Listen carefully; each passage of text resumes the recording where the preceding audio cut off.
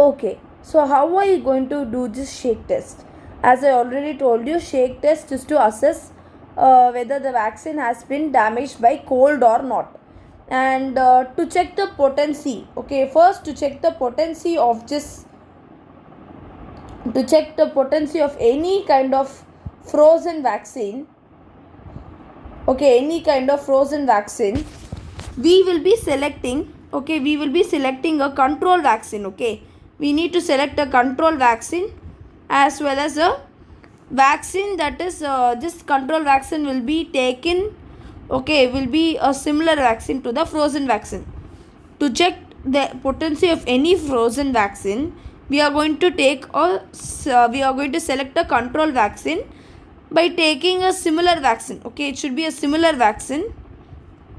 Similar vaccine means from the same manufacturer, and the same batch,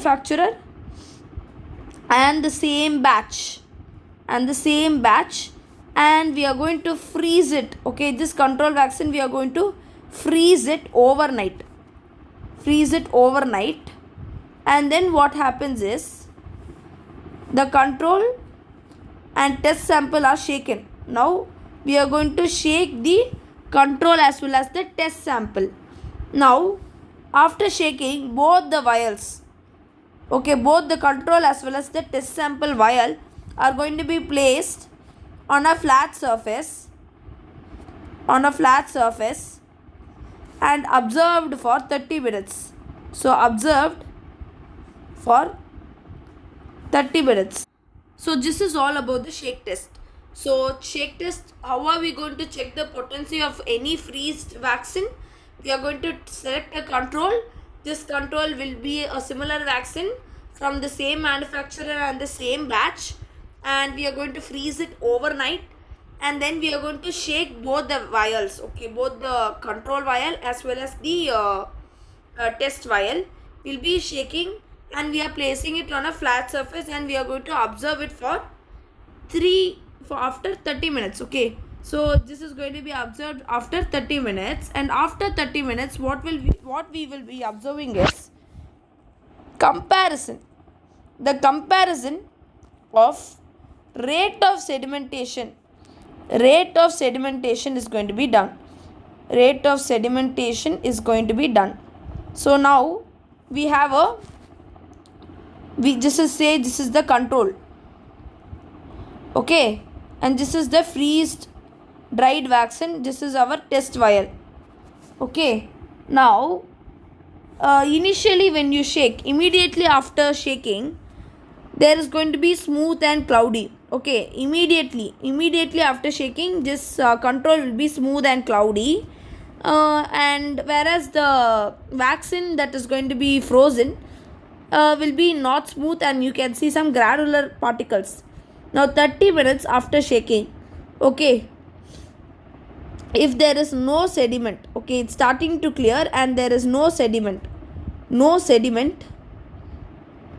okay, you are going to see in control there won't be any sediment, and similarly if there is no sediment, you can use this vaccine, this can be used.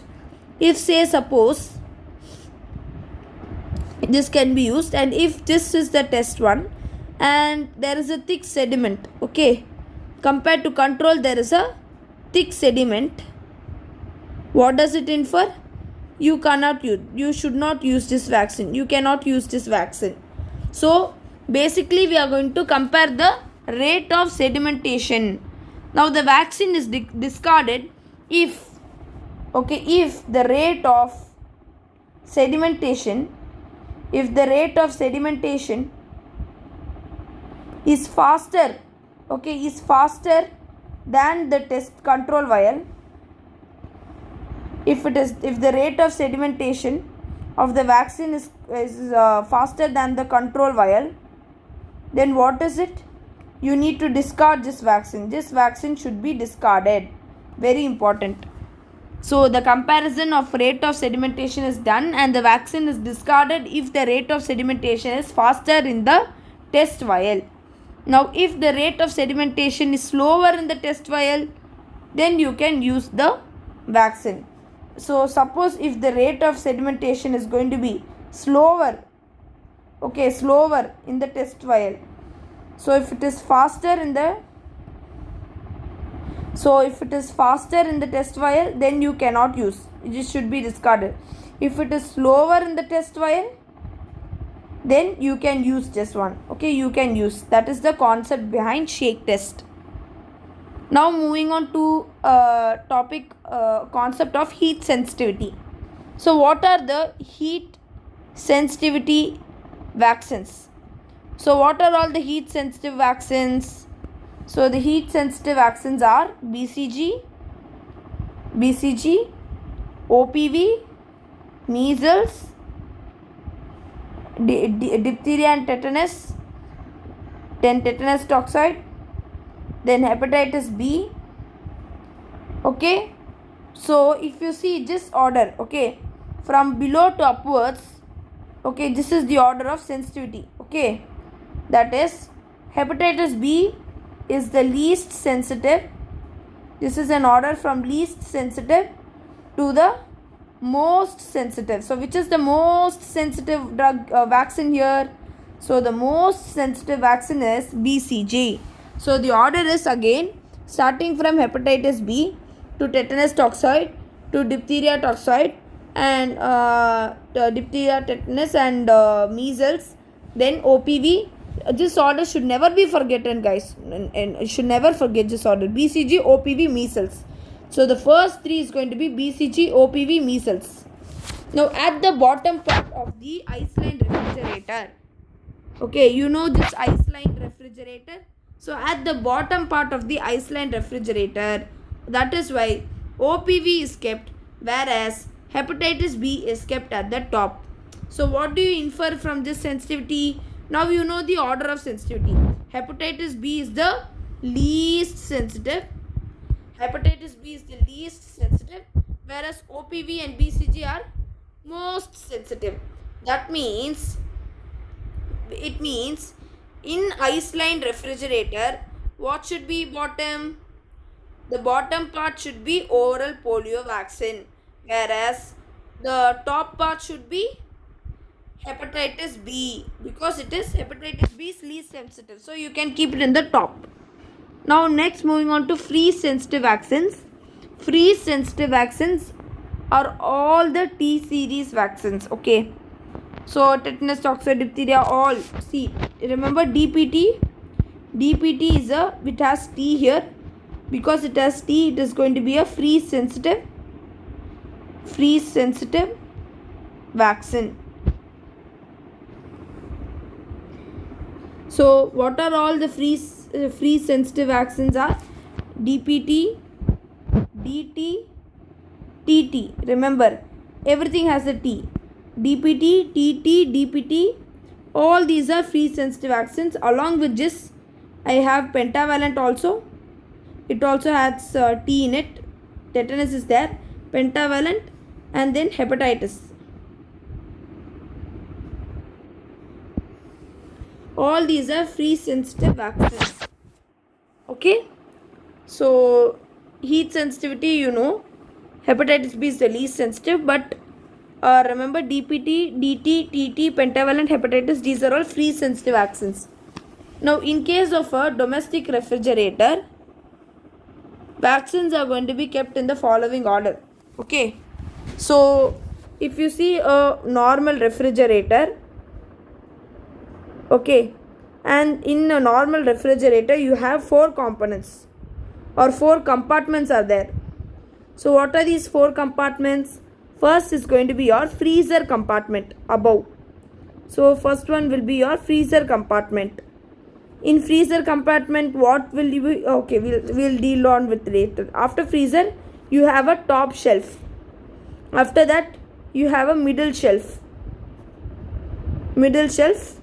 and then you have a lower shelf. This is how a normal refrigerator compartments are. You have a freezer compartment, top shelf, middle shelf, lower shelf. Now, in freezer compartment, the vaccine kept will be oral polio virus vaccines. Okay, remember, Oral polio virus vaccines is having a long-term storage. OPV is in the freezer compartment. In top shelf, what will you have? Always remember OPV should be in the freezer compartment. In top shelf, you will be having BCG, measles and OPV. So when will you place OPV in freezer compartment and when will you place OPV in your top shelf? So OPV, which requires a long-term storage, should be in your freezer compartment. OPV, which requires your short-term storage, should be in your top shelf. Now next, moving on to middle shelf. In middle shelf, you will be having all your T series and hepatitis vaccines. So what all will be there in middle shelf? In middle shelf, you will have DPT, TT or DT or typhoid. All your T series will be there. Along with that, you will be having hepatitis A, hepatitis vaccines like A and B. Along with that, you will be having varicella. So these are all your vaccines to be kept in middle shelf: DPT, TT, DT, typhoid, hepatitis A, B, varicella. And in the lower shelf, you will be having your diluents. Okay, in the lower shelf, you will be placing your diluents. So nothing to be kept in the door of the refrigerator. Always in the door of the refrigerator, you will not keep anything. Diluents can be stored at room temperature. So how are you going to store this diluents? You will be storing it at room temperature, but before at least 24 hours of reconstitution. Okay, before at least 24 hours of reconstitution, the diluent needs to be brought to the same temperature as the vaccine. Okay, so diluents can be stored at room temperature, but before at least 24 hours of reconstitution, and the diluent needs to be brought to the same temperature as the vaccine. Hence, it should be stored in ice-lined refrigerator or refrigerator at least 24 hours prior to reconstitution.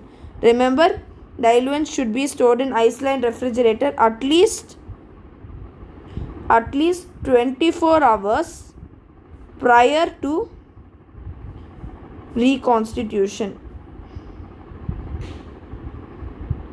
Failure to do so can lead to what? What will, if this is failure, it leads to toxic shock syndrome. So remember, very important, diluent storage is not very easy. So diluent is usually kept in the lower shelf, and it should be stored in ice-lined refrigerator at least 24 hours prior to reconstitution, and failure to do so will result in toxic shock syndrome. Now I am going to move to the next important short note, that is your write a short note on cold chain. So what is cold chain? So write a short note on cold chain. So storage temperature of the vaccine, very important. Storage temperature of vaccines is around +2 to +8 degree Celsius. Remember, in cold chain, the storage temperature of vaccine is +2 to +8 degrees Celsius. What is the deep freezer temperature then? The deep freezer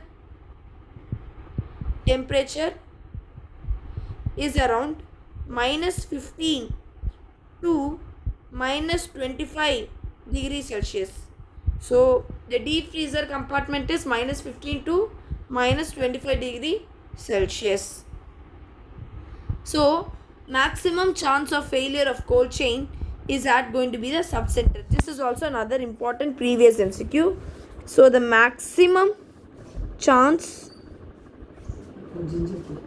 So this is a very important MCQ. Maximum chance of failure of cold chain. Where will we see the maximum chance of failure of cold chain? It is seen at the subcenter levels. Subcenter. So maximum chance of failure is seen at the level of subcenter. Now what are all the cold chain equipments? The cold chain equipments are subcenters, villages, outreach centers where vaccine carrier, day carrier and cold boxes are going to be used. So in the subcenter, villages and outreach centers, vaccine carrier, day carrier, cold boxes are used. In primary health center, small deep freezer and small ice line refrigerators are going to be used. Okay. So in primary healthcare, small deep freezer and small ice line refrigerator are used. In community health center or district, there are large deep freezers and large ice line refrigerators used. Okay, large deep freezers and large ice line refrigerators. And in regional level, there is walk-in cold room and walk-in freezers. In regional level, we have walk-in cold room and walk-in freezers. So very important. So the cold chain equipments.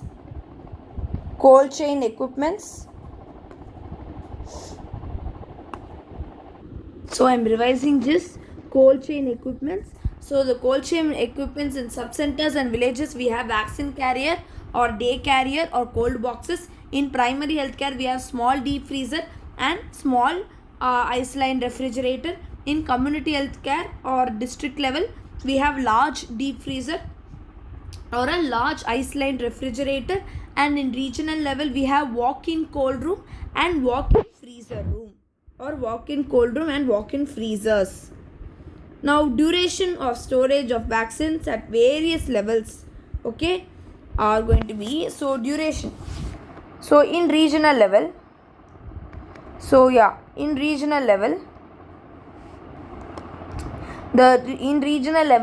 the storage of vaccines, the maximum duration will be 3 months. In community healthcare or district level, the maximum storage duration is for 1 month. For PHC also, it is 1 month. And in villages or subcenter, the maximum duration of vaccine is storage duration of vaccine will be 24 to 48 hours. Okay, 24 to 48 hours by vaccine carriers and day carriers. And ice packs maintain a temperature of vaccine up to 1 to 4 hours. Ice packs, by using ice packs, they will maintain the temperature of vaccine. Okay, they will maintain the temperature of vaccine up to 1 to 4 hours. So again I am revising. Regional level, the storage of vaccine is going to be for maximum 3 months. Community healthcare and district level, it's going to be storage of vaccine for 1 month. PHC also 1 month.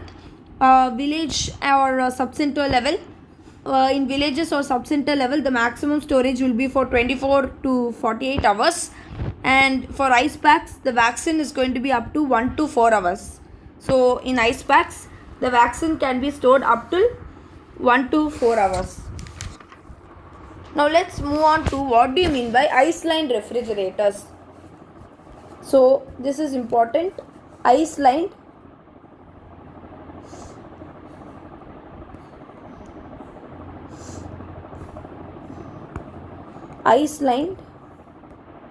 refrigerator. Okay, so what do you mean by ice lined refrigerator? Ice lined refrigerator is most important component of cold chain. Okay, so very important. The most important component of cold chain is going to be your ice lined refrigerator. So this is how it will be. So in the freezing compartment, you have your ice cubes first. So I can draw this. This is your fridge. This is your door. Okay, so this is your door. Okay, here nothing will be there. So nothing will be placed in the door. Nothing in the door. In the door you should not place anything. You will just have a dial thermometer. Now in the above you'll be having the ice cubes first. Okay, this is your ice cubes. You will be having your ice cubes. Okay, and below the ice cubes you will be having your OPV vials. Okay, your OPV vials. So say these are all your OPV vials. In the topest, this is your freezing compartment. So ice cubes and OPV vials will be over here in your freezing compartment. This is your freezing compartment. Okay, freezing compartment.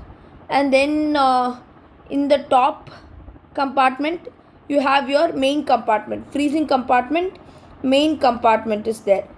Main compartment is going to be divided into 3: top, middle and lower compartment. Okay, now in top what will be, you will be having, so in top you will be having your BCG, measles, MMR and varicella. Whereas in your middle one you will have all your DPT, TT, TT, DPT, TT, DT, okay, typhoid, hepatitis hepatitis A, B, all this. In the lower compartment you will have your diluents. So this is your ice line refrigerator. So in primary healthcare, what is the maximum amount of storage in ice line refrigerator? So in case of PHCs,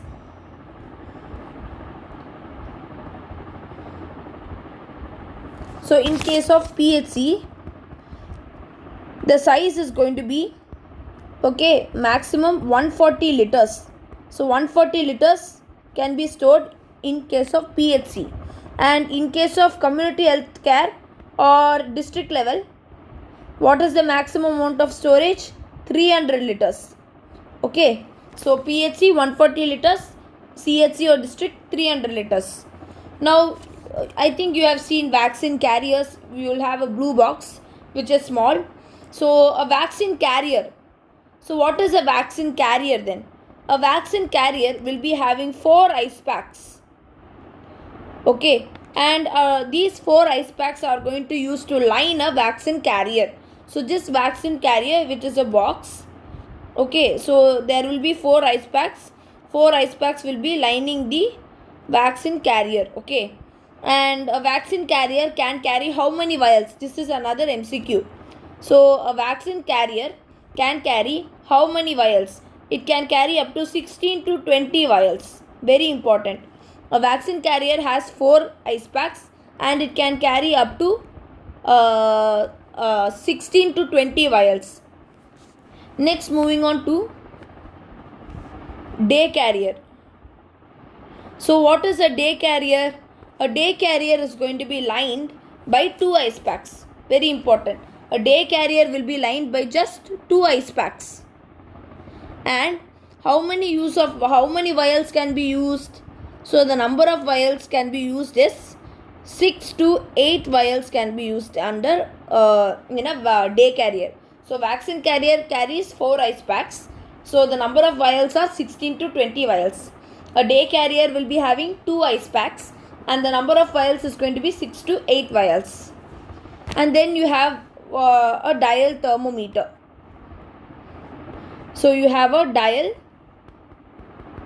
thermometer. So this dial thermometer is based on the principle of thermocouple and it is placed in the ice line refrigerator to monitor the temperature at least twice a day. So it is mainly placed in ice line refrigerator to monitor what? To monitor the temperature. Okay, to monitor the temperature at least for how many? At least twice a day. Okay, at least twice a day.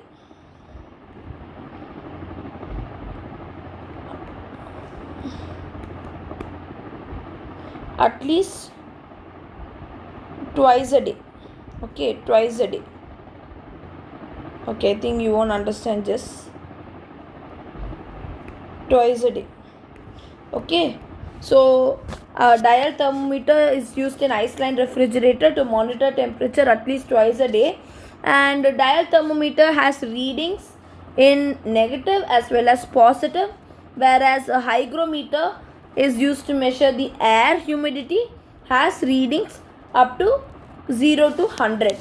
So now the next component, we are going to move to the next component, which is your ice packs. So what is important about ice packs? So ice packs are going to be prepared in the deep freezer at a temperature. So these are prepared in deep freezer. What I already told you, what is the temperature of deep freezer? Minus 15 degrees Celsius to minus 25 degree Celsius. And only water is used in ice pack. Very important. Only water. Okay, only water is going to be used as high. Okay, only water is used in ice packs, and these ice packs has holes to keep the vaccine. Okay, it has holes to keep the vaccines. Okay, and then these ice packs are going to be conditioned. So all these ice packs are going to be conditioned, and the frozen ice packs to be taken from the freezer. Okay, these frozen ice packs are to be taken from the freezer and placed on a table whenever needed. So whenever we are requiring these ice packs, we will be taking it from the freezer compartment and keeping it in the table. Now the ice packs are going to be kept at the room temperature for 15 minutes. After that, so just ice packs, okay, these ice packs will be kept, okay, in room temperature for at least 15 minutes. Okay, for at least 15 minutes.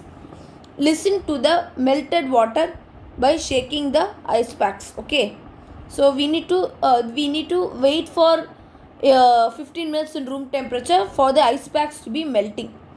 Now freezing of sensitive vaccines can be avoided by this technique. Why are we doing this? Why are we again keeping it for 15 minutes in room temperature? To avoid freezing,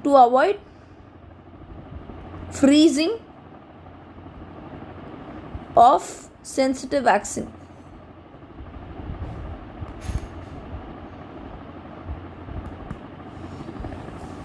Okay, now vitamin A bottles can be stored at room temperature, therefore do not require cold chain. Okay, so vitamin A bottles are going to be generally stored in room temperature and they do not require cold chain, but they are sensitive to direct sunlight, therefore stored in amber colored bottles. So remember, vitamin A, these are sensitive to sunlight and they are stored in amber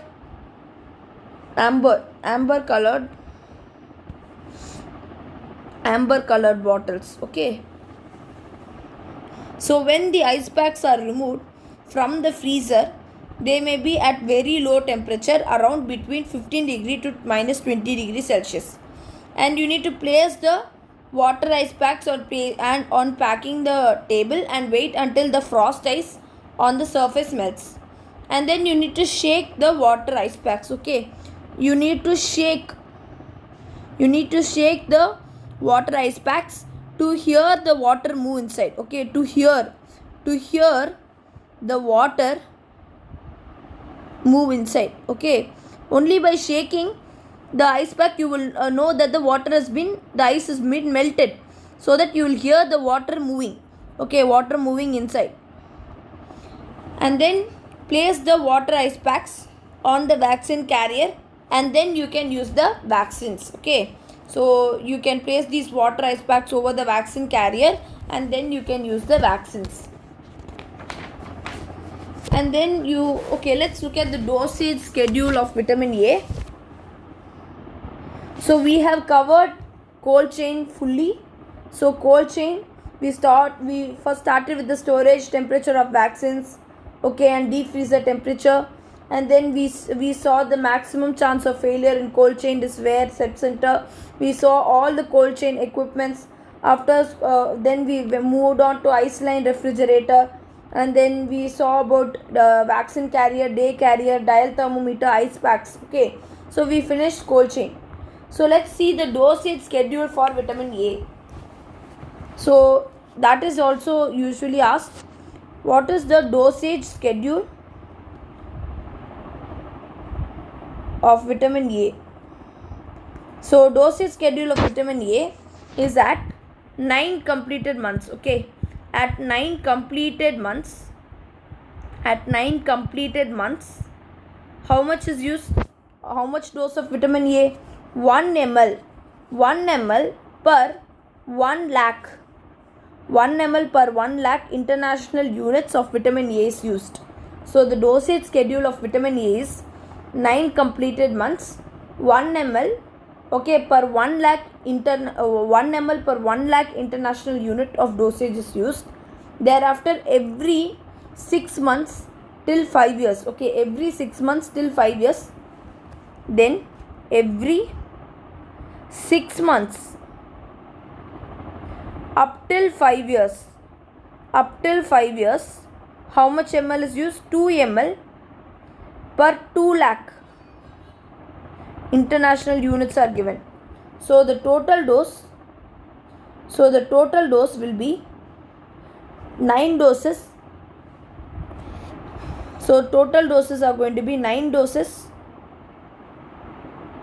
which is around 17 lakh international unit. So remember the dosage schedule of vitamin A. 1, we will give it in 9 completed months. Okay, 1 ml per 1 lakh international unit. Okay, 1 ml per 1 lakh international unit is given, and after that every 6 months up till 5 years will be giving 2 ml per 2 lakh international unit. So totally how many doses you will get? 9 doses are going to be given. 9 doses of vitamin A, that is totally the amount is 17 lakh international units are going to be given. Okay. So remember, OPV birth dose given till dash years, hepatitis B birth dose given up till dash years, and BCG given up till dash years. So the answer is, so OPV birth dose is given up till 15 days, only up till 15 days. Hepatitis B birth dose is given up to 24 hours. Okay, up till 24 hours. BCG is given up till 1 year. And remember, for BCG, no tuberculin test is required. Okay, is required. We can directly give the BCG. But if after 1 year, just tuberculin test should be done and then only should be given. That's the difference. So OPV birth dose up till 15 days, hepatitis B birth dose up till 24 hours, BCG is given up to 1 year. So now I'll be talking about a very famous one, which is your Mission Indradhanush. This is a scheme that was introduced by India for immunization, Mission Indradhanush. So Mission Indradhanush was started in 2014. So Mission Indradhanush was started in 2014 and it was against 7 vaccine preventable diseases. Okay, initially it was against 7 vaccine preventable diseases, and it was initially was focusing to immunize Uttar Pradesh, Bihar, Madhya Pradesh, Rajasthan. 2017 in 2017 it became intensified Mission Indradhanush. 2017 it was intensified Mission Indradhanush. 2019 it became Mission Indradhanush 2.0. 2019 it became Mission Indradhanush 2.0. So what was the a main focus of Mission Indradhanush 2.0 to focus on dropouts and migratory population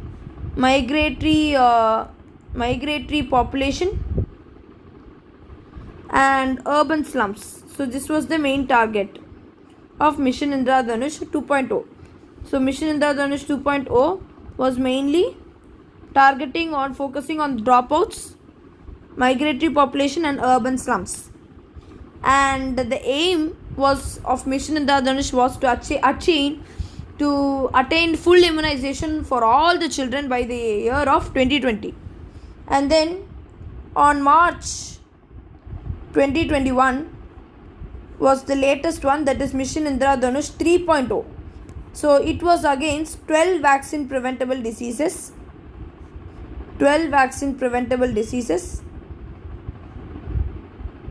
And what are they?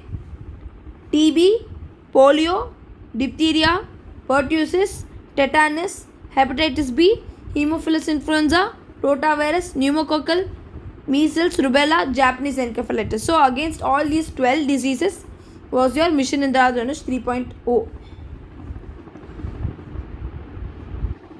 Okay, now let me move on to the national immunization schedule. So the national immunization schedule is very important, and yeah. So first one is BCG. What is the full form of BCG? Bacillus calmette-guerin. So it is given at birth or as possible till 1 year of age. Okay, maximum is 1 year of age, and the dosage is going to be 0.1 ml. Okay, now but until 1 month we can be giving 0.05 ml, but the actual dose is 0.1 ml. After 1 month it is going to be 0.1 ml. Route is going to be intradermal and it's given in left upper arm.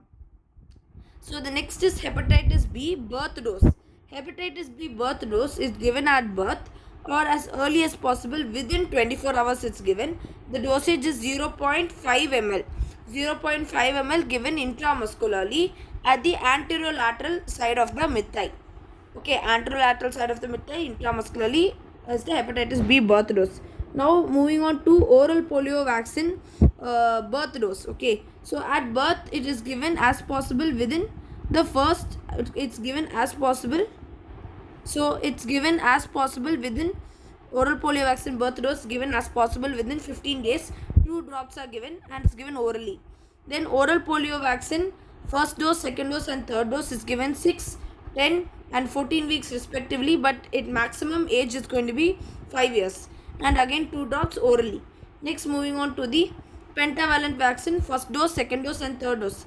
Pentavalent vaccine first dose, second dose, third dose is given 6, 10, 14 weeks respectively, and maximum is given only up till 1 year. Remember, pentavalent can be given only up till 1 year of age. Okay, and it's 0.5 ml intramuscularly anterolateral side of the mid-thigh. 0.5 ml intramuscularly anterolateral side of the mid-thigh is given.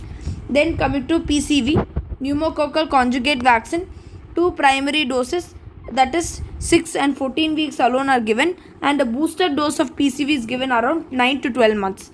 Again 0.5 ml intramuscularly anterolateral side of the mid-thigh.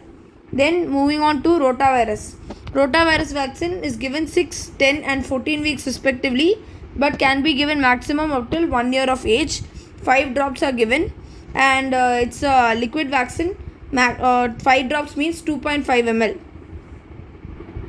So it is given orally again. Next is IPV, inactivated polio vaccine, okay, or injectable polio vaccine. So inactivated polio vaccine, 2 fractional doses around 6 and 14 weeks are given. The ml is 0.1 ml. Intradermally 2 fractional doses are given. Okay, 0.1 ml intradermally 2 fractional doses is given, and intradermally right upper arm, it's given in right upper arm. Remember, inactivated polio vaccine is given in right upper arm, whereas OPV was given in left upper arm. Okay, so don't get confused. Inactivated polio vaccine right upper arm, 0.1 ml intradermally. Next is going to be measles rubella first dose. First dose is given 9 completed months up till 12 months. Measles can be maximum given up till 5 years of age. Again 0.5 ml, but subcutaneously R for, remember R. Measles, MR has R. Therefore, right upper arm. Japanese encephalitis, just like measles, the first dose, same 9 completed weeks and 12 months and 0.5 ml. Subcutaneous, all are same except for left upper arm. MR for R has right upper arm, whereas JE for has left upper arm. Next is vitamin A. Vitamin A first dose. First dose given at 9 completed weeks along with measles and rubella. Along with MR vaccine, we give vitamin A first dose, that is having 1 ml consisting of 1 lakh international units orally. Remember, vitamin A is given orally. Okay, orally. Next is going to be diphtheria, pertussis, tetanus, booster 1. So DPT booster 1 is given around 12 to 24 months, 0.5 ml intramuscularly, anterolateral side of the mid-thigh. And measles rubella second dose is given again 16 to 24 months, 0.5 ml subcutaneously, right upper arm. Okay, remember, right upper arm. And OPV booster again 16 to 24 months, 2 drops orally. Japanese encephalitis 2 is just like MR. It's 16 to 24 months, 0.5 ml subcutaneously, but the left upper arm. And then you have vitamin A, that is from the second dose. First dose we saw it was given along with measles rubella. Second dose up till the 9th dose. Okay, we know that vitamin A total doses is 9 doses and it is given around 16 to 18 months. Okay, vitamin A second to 9th dose is given 16 to 18 months. Remember, one dose, okay, every 6 months is given up till age of 5 years. Okay, every 6 months one dose is given up till the age of 5 years. And dose is 2 ml, that is 2 lakh international units, and orally it's given. Then DPT booster 2 is given 5 to 6 years. Remember, 5 to 6 years DPT booster 2, 0.5 ml intramuscularly, upper arm. And TD is given 10th year and 9 years, 16 years. So 10 years and 16 years TD is 0.5 ml intramuscularly, upper arm. Okay, note that JE vaccine is used selectively used in only endemic districts after the campaign. The second to 9th doses of vitamin A can be given to children of 1 to 5 years old during the biannual rounds in collaboration with Integrated Child Development Services.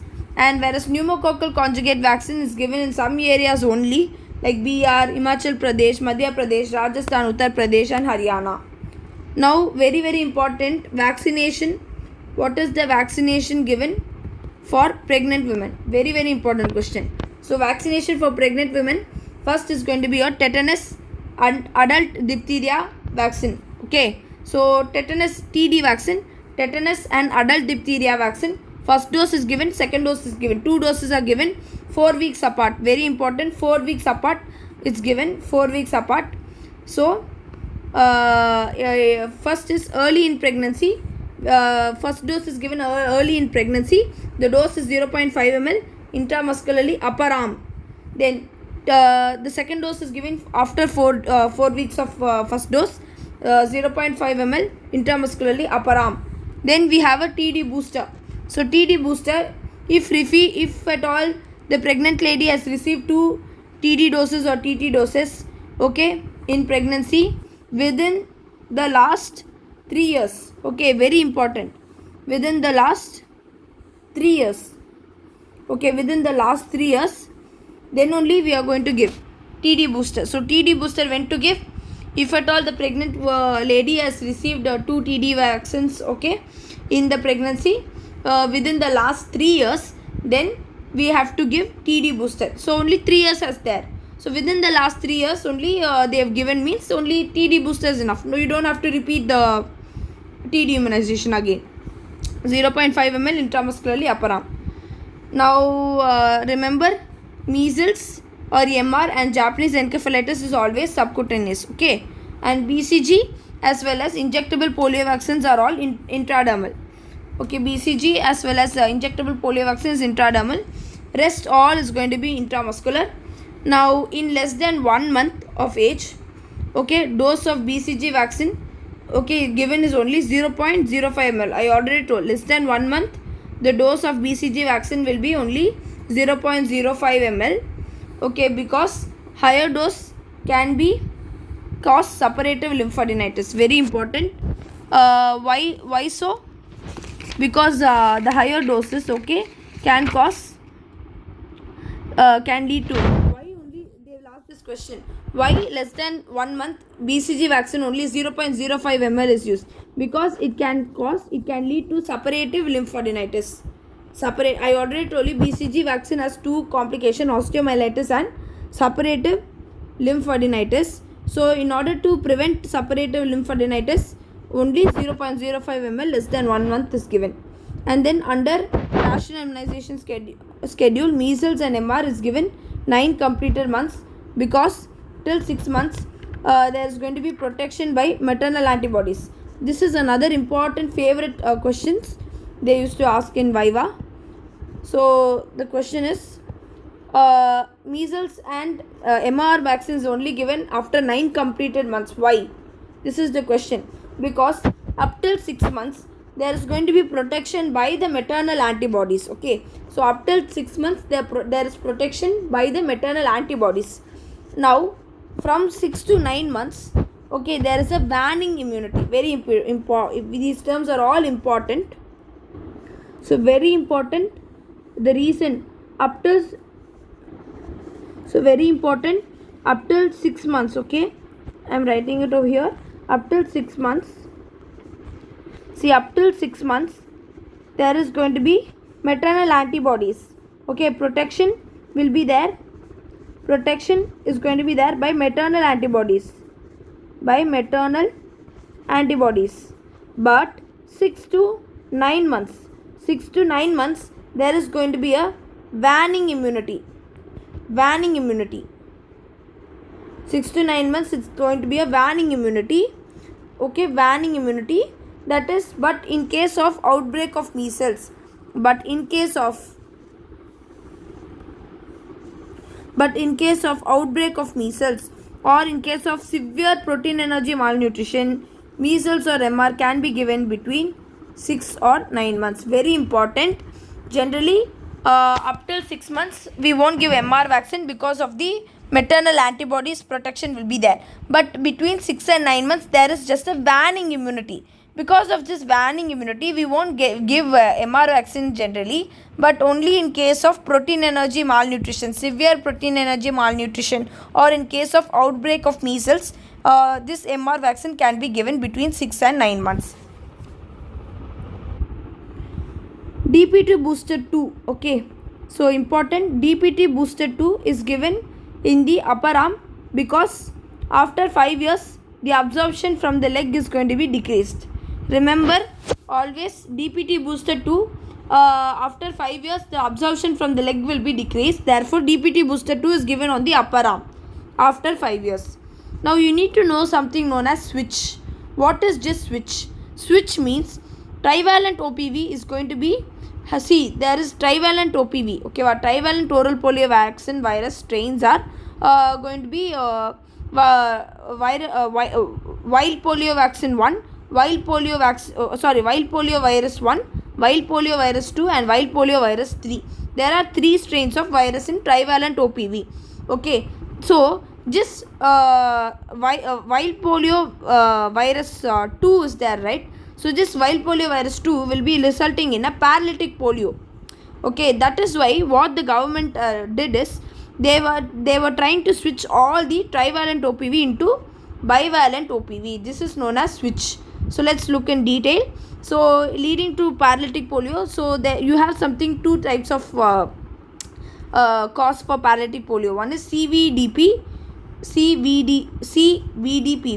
and VAPP. So what is CVDPV? Circulatory vaccine derived polio virus. Circulatory vaccine derived polio virus is CVDPV. Or it can be due to VAPP. VAPP means vaccine associated paralytic polio. Vaccine associated paralytic polio. Now circulatory vaccine derived polio virus is responsible for outbreaks. it's responsible for outbreaks. So CVDPV is responsible for outbreaks, whereas vaccine associated paralytic polio VAPP cannot lead to outbreaks. Okay, that is why they are doing this switch. Okay, so in order to prevent outbreaks of polio, we are going to be changing into bivalent OPV. Bivalent OPV can only cause vaccine associated paralytic polio and therefore cannot lead to outbreaks, whereas trivalent OPV can lead to CVDPV. Now because of CVDPV, it can lead to outbreaks. CVDPV is due to what? Which one? Which virus? Wild polio virus 2. Very important question. And then vaccine associated polio virus is due to viral polio virus 3. Another question. So viral polio virus, wild polio virus 2 is responsible for CVDPV. Wild polio virus 3 is responsible for vaccine associated paralytic polio. So wild polio virus 2 was eradicated in September 2015. Remember, therefore, because of which wild polio virus 2 was eradicated by September 2015, and wild polio virus 3 was eradicated in 2019. So in September 2015, wild polio virus 3 was eradicated. September 2019, wild polio virus 3 was eradicated. So 2015, it was wild polio virus 2 eradicated. 2019, wild polio virus 3 eradicated. Therefore, WHO proposed switch from trivalent OPV to bivalent OPV in 25th of April 2016. Very important date. Okay, so switch occurred when? On which day? 25th of April 2016 in India. 25th of April. April which year? 25th of April 2016 was the switch day. 25th April 2016. This is the switch, trivalent to bivalent. Now injectable polio injectable polio vaccine or inactivated polio vaccine was introduced so that the immunity against wild polio vaccine 2, immunity against wild polio vaccine 2 can be maintained since we switched from trivalent OPV to bivalent OPV. National Validation Day. When was the National Validation Day? It was on 9th May 2016. So National Validation Day was on 9th May 2016, where India was declared free of trivalent OPV. So when was the India declared free of trivalent OPV? Is on National Validation Day, 9th May 2016. Now let's look at the difference between pneumococcal conjugate vaccine 13 and pneumococcal conjugate vaccine and pneumococcal protein vaccine. Pneumococcal polysaccharide vaccine 23 and pneumococcal conjugate vaccine 13. So valency here 13 is the valent, here 23 is the valency. Now target population PCV 13 in healthy children, PCV 23 at risk population. And minimal age of vaccination is more than 6 weeks of age, PPV 23 more than 2 years, who are especially high risk category.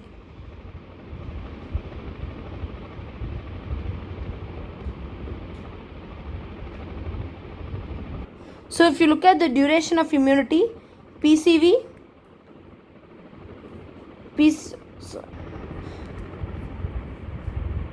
13 is long term, whereas pneumococcal polysaccharide vaccine 23 is short term.